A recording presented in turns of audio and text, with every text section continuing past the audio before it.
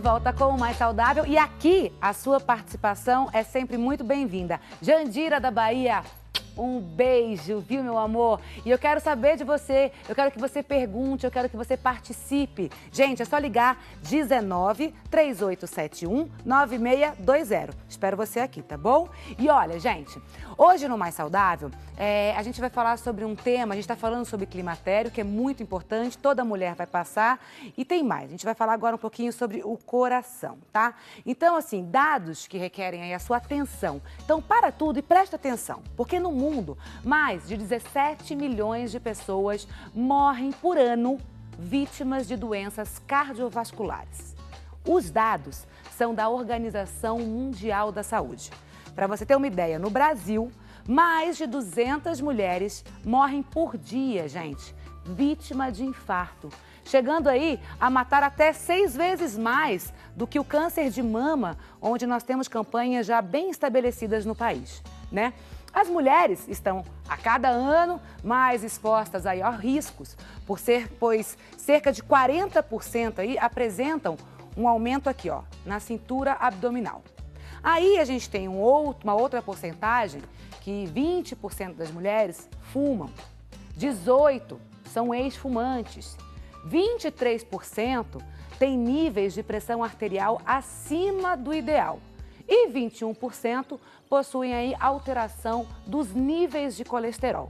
Além, claro, né, gente, da nossa vida, nosso corre-corre, de estarem aí cada dia mais inseridas no mercado de trabalho, expostas ao acúmulo de atividades, estresse, corre-corre, família, falta de tempo para se cuidar.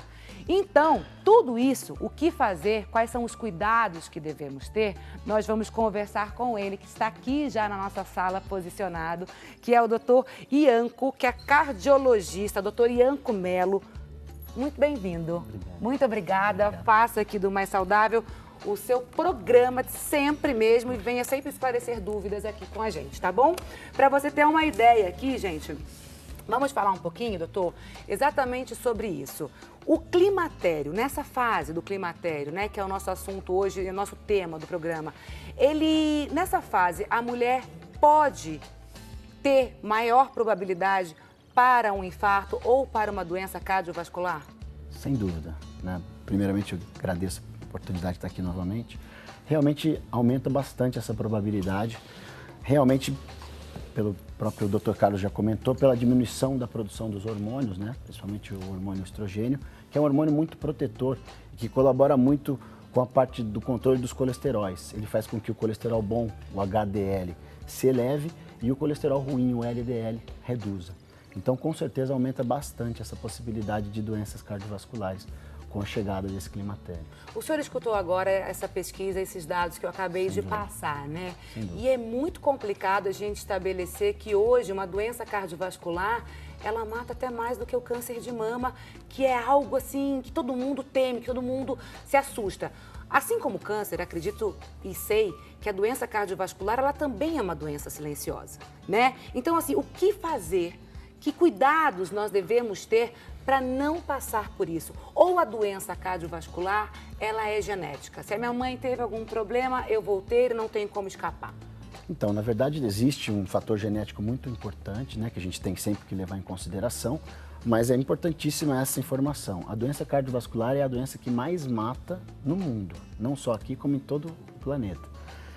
E as mulheres, né, principalmente quando atingem a menopausa e o climatério, elas aumentam demais essa incidência de mortalidade por causa cardiovascular. Claro que temos muito a fazer para a gente diminuir essa condição. Acho que talvez essa seja a nossa missão, né? Nós médicos que trabalhamos nessas áreas, vocês, né, que prestam informações importantíssimas ao pessoal lá de casa, enfim. Então, a gente tem muito o que fazer para diminuir, mas certamente é algo de muito risco e que a gente tem que levar muito em consideração, Cícero. Doutor, o senhor acha que hoje a mulher, porque antigamente, né, a gente sempre ouviu, eu pelo menos quando era pequena, sempre ouvia, fulano de tal, o homem, né, sofreu um infarto. É um infarto ou infarte? Pode usar os dois Os termos, dois? Ok. infarto. Então, sofreu um infarto e tal, ou teve um AVC, que, né, que é uma doença... São as principais doenças. Eram os homens. Hoje a gente percebe que a mulher está acontecendo uma incidência muito maior. Por que que isso começou a acontecer com a mulher? Realmente, o senhor acha que é isso? Esse acúmulo de carreira, família, estresse. A mulher hoje também não tem tempo, então ela acaba ficando sedentária, acaba passando em qualquer lugar, um fast food ali, aqui. Sem dúvida. Tudo isso? Tudo isso. Na verdade, de novo, né, a gente está reiterando porque é importante, É muito né, importante. falar. E assim, a fase, né, que ela atinge a menopausa, com o climatério, a diminuição do HDL, que é um colesterol protetor muito, né, importante para o organismo, diminuindo, ela aumenta o acúmulo de gordura nas artérias e com isso aumenta a possibilidade do infarto. Isso é algo que a gente tem que valorizar. E a outra coisa importante é essa questão do estresse, né? Porque ela tem dupla jornada. A mulher geralmente hoje, ela, além de ser a dona de casa, de cuidar dos filhos, do esposo, ela muitas vezes trabalha, então tem muito estresse envolvido. E o estresse, na verdade, a gente produz alguns hormônios que são muito tóxicos e prejudicam demais o organismo, que é, né, principalmente que a gente fala que é a adrenalina e o cortisol, que são hormônios que geralmente prejudicam demais a questão cardiovascular do organismo, e a mulher está muito mais sujeita agora, né, com essas novidades aí dos tempos atuais, infelizmente. Tá vendo, gente? Tem que se cuidar. Doutor, vamos falar para quem está em casa, Sim. Como prevenir a doença cardiovascular? O que eu Bom, devo colocar, o que eu devo tirar? Quais os hábitos eu devo adquirir e quais hábitos eu devo deixar de lado? É óbvio, a gente sabe que não é esse só o fator importante, né? Tem uma predisposição, tem uma genética, enfim, tem todos os outros fatores. Mas eu acho que você pode se ajudar. Você é o seu melhor aliado, por isso que eu falo e não canso de falar. Levante do sofá, deixa a preguiça de lado, sempre há tempo do recomeço, sabe? Se reinvente, goste da vida, goste do colorido que a vida te traz. Isso é maravilhoso, gente. E a gente está aqui uma vez só. Vamos pegar essa oportunidade com todas as garras, né, doutor? Sem e dúvida. fazer uma vida boa, ter uma qualidade. Então, vamos lá. O que fazer para prevenir? O que a gente pode fazer? Bom, eu acho que as principais, né, coisas a serem citadas para a gente diminuir os riscos, né? A gente falando especialmente para as mulheres aí nas casas. Enfim, atividade física é algo fundamental, mas a gente sempre recomenda que para iniciar uma atividade física que passe por alguma avaliação, que, né, para não se aventurar a fazer uma atividade física que pode, ao invés de colaborar, trazer prejuízos enormes para a pessoa, enfim. Quantas vezes por semana? Alguém que está sedentário hoje, faz muito tempo que não faz nada. Como deve começar? Devagar, aos pouquinhos, Perfeito. sempre como o doutor falou, antes de você se matricular em uma academia, passe pelo cardiologista, faça ali o seu eletrocardiograma, não é? Analise tudo, pegue um profissional da área de educação física para fazer e elaborar aí um treino bem bacana, com calma. Não é de uma hora para outra que você vai ali virar um campeão, não, gente. É devagar, tá? É isso mesmo, perfeito. O que é recomendado como eficiente, né, do ponto de vista cardiovascular para proteção cardiovascular seriam pelo menos 4 vezes por semana, acima de 45 minutos de atividade aeróbica. Tá, Ou o seja, aeróbico aquela vamos explicar. atividade que exercita, que você respira, né, intensamente, que aumenta a frequência do coração, que você chega a suar, enfim, essa é a atividade aeróbica. Para a gente facilitar e sugerir, pode ser uma corrida, pode Exato. ser um andar de bicicleta, pode ser Exatamente. subir uma escada, uma boa caminhada, uma dança. Dançar faz tão bem para a vida, para a alma, né, doutor? Tudo que te agite aí, que faça o teu coração, ó, bater um pouquinho mais rápido. Sem dúvida. Então, de 4 vezes por semana. Pelo menos 4 vezes por semana, pode até ser mais, enfim. Por 45 minutos, mais ou menos. Outra situação importante é a alimentação. Foi debatido já no outro bloco, enfim. É que tentar se alimentar com substâncias, né, com alimentos mais saudáveis, ricos em antioxidantes, então frutas, verduras, legumes, diminuir a ingesta de carne, principalmente carnes vermelhas, com bastante colesterol, com gorduras, são muito mais prejudiciais. Então o peixe é uma carne muito mais preferível do que a carne vermelha. O frango, principalmente o peito do frango, enfim. Então, acho que uma mistura entre exercício e alimentação seria uma receita maravilhosa. Perfeita mesmo, né? Sem dúvida. E olha, você vai sentir em tudo isso, sabe? Essa melhora, ela contribui em tudo, né, doutor? Sem dúvida. Na sua cabeça, na sua qualidade do sono, na sua pele. Ó, o tabagismo deixa de lado. A bebida alcoólica, deixa de lado, entendeu? Traga bons hábitos. E o que eu sempre falo, doutor, não sei se o senhor concorda, por exemplo, principalmente para famílias que têm filho. O filho, ele vai ser você amanhã. Então, o que teu filho vê você fazendo, se você tem maus hábitos, dorme mal, bebe, fuma, tudo isso que você faz de errado, de repente, na frente da criança, amanhã ele vai copiar. Você não quer o mal ao seu filho, você quer que ele seja um campeão, que ele seja o melhor, que ele tenha saúde, que ele seja vivo, né? Então, por favor, vamos começar a dar o exemplo? Tá gostando do programa? Pega o telefone, liga pra gente, vou repetir aqui o telefone, que é o 19 3871 9620, tá bom? Doutor Ian tá aqui, cardiologista. Tem dúvida? Pergunta que ele responde. Agora, doutor, uma outra pergunta. Depois, a pessoa já infartou, ela teve um problema cardiovascular. O que ela deve fazer daí pra frente, sabe? Para ter uma qualidade de vida realmente. Bom, aí seriam os cuidados que a gente chama de prevenções secundárias, ou seja, são após o problema ter acontecido. A gente previne, né, primariamente, que seria o ideal, alimentação, diminuição de tabagismo, bebida alcoólica, exercícios físicos, procurar sempre um cardiologista e estar, né, a par de como que anda a saúde. Mas uma vez isso acontecendo, a gente tem que diminuir o reaparecimento ou que isso não venha a acontecer novamente. Então, a gente tem que, muitas vezes, lançar mão de medicamentos mesmo, utilizar remédios para diminuir os riscos aí do colesterol alto, da pressão alta, que foi falado, né, no texto, antes da gente entrar aqui, enfim.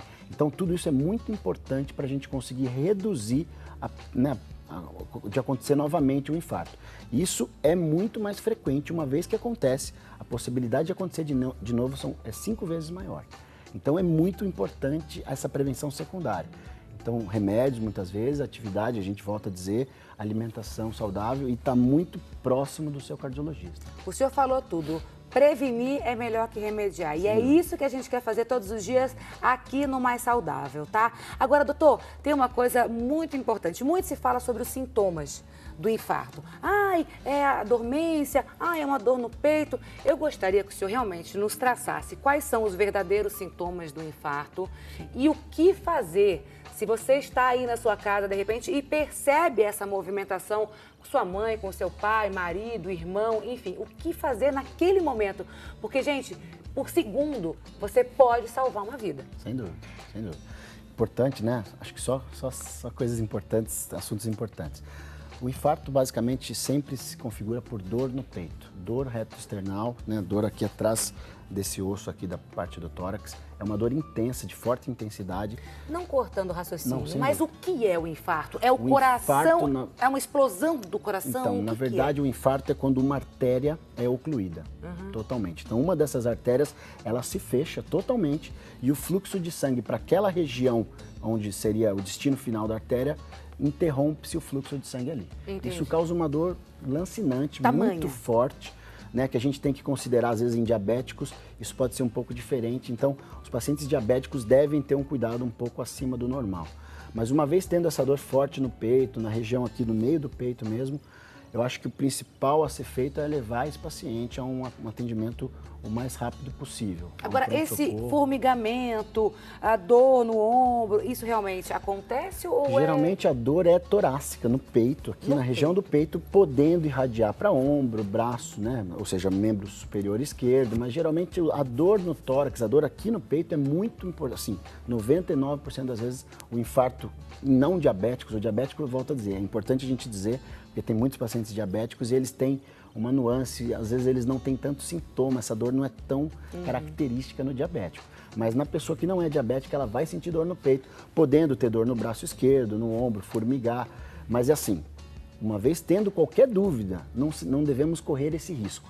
Levamos ao hospital, a gente sempre fala que é melhor errar, né, por excesso do que por falta. Exatamente. Eu sempre penso dessa maneira. Então leve a um pronto-socorro, a um pronto atendimento, enfim, se não tiver como levar, chame o SAMU ou chame um serviço de emergência, enfim. Não bobeie, porque esses pacientes muitas vezes podem morrer mesmo. Agora, o senhor falou sobre a diabetes, né? A diabetes, ela pode trazer uma doença cardiovascular? Quais outras doenças que podem trazer uma doença cardiovascular sem que a pessoa tenha apresentado quadro para isso? Mas uma outra doença trouxe esse problema. Os principais fatores de risco, né? Os principais fatores de risco para as doenças cardiovasculares é diabetes, pressão alta, O sedentarismo, então a gente está batendo na tecla, né? O tabagismo, né? Que é muito importante também. Tem os fatores genéticos também que são importantes. Então esses são os principais: diabetes, pressão alta, sedentarismo, o tabagismo e dislipidemia, que é o colesterol alto.